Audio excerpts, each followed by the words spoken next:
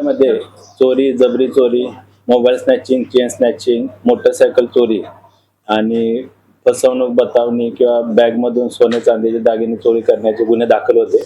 Police उपनिरीक्षक शिरसाट आणि त्यांची टीम करत होती, ज्यामध्ये त्यांनी एकूण 24 गुन्हे उघडकीस आणलेले आहेत, ज्यामध्ये एकूण 52 लाखाचा मुद्देमाल हस्तगत करण्यात आला आहे. ज्यामध्ये 32 तोळे सोन्याचे दागिने आहेत, 5 मोटरसायकल आहेत, एक फायर आर्म अग्निशस्त्र, एक राऊंड आणि चाकू असा मुद्देमाल जप्त करण्यात आलेला आहे.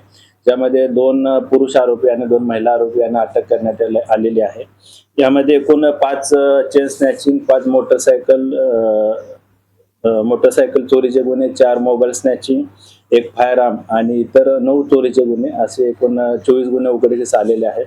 ज्यामध्ये सईद खान आणि स्वप्नील माधवानी या 2 आरोपींना जबरी चोरी, मोबाईल स्नॅचिंग, चेन स्नॅचिंग मध्ये अटक करण्यात आलेली होती.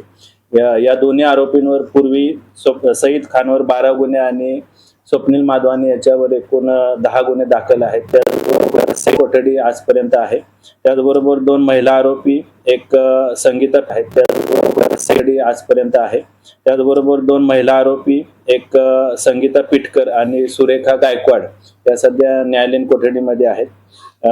याबरोबर या आरोपींनी ठाणे आयुक्तालयाबरोबर नवी मुंबई आणि इतर ठिकाणी सुद्धा काही गुन्हे केल्याचे निष्पन्न झालेले आहे. त्या गुन्ह्याचा तपास गुन्हे शाखा घटक 1 ची टीम करत आहे.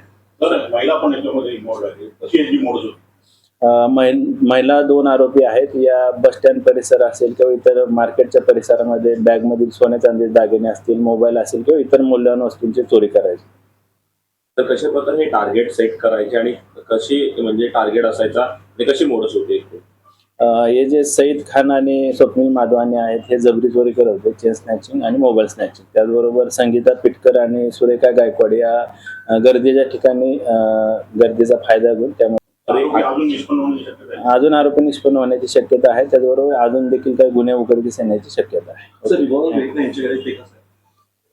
या आरोपीनं पुरी चोरी, जबरी चोरी, त्याचबरोबर मारामारी, खून, खुनाचा प्रयत्न असे 12 आणि 10 गुन्हे स्वप्नील आणि सईद खानवर दाखल आहेत. त्यामध्ये त्यांनी यापूर्वी चाकू, त्याचबरोबर इतर शस्त्रांचा देखील वापर केलेला आहे. त्यांच्याकडून हा अग्निशस्त्र, फायर आर्म जप्त करण्यात आले.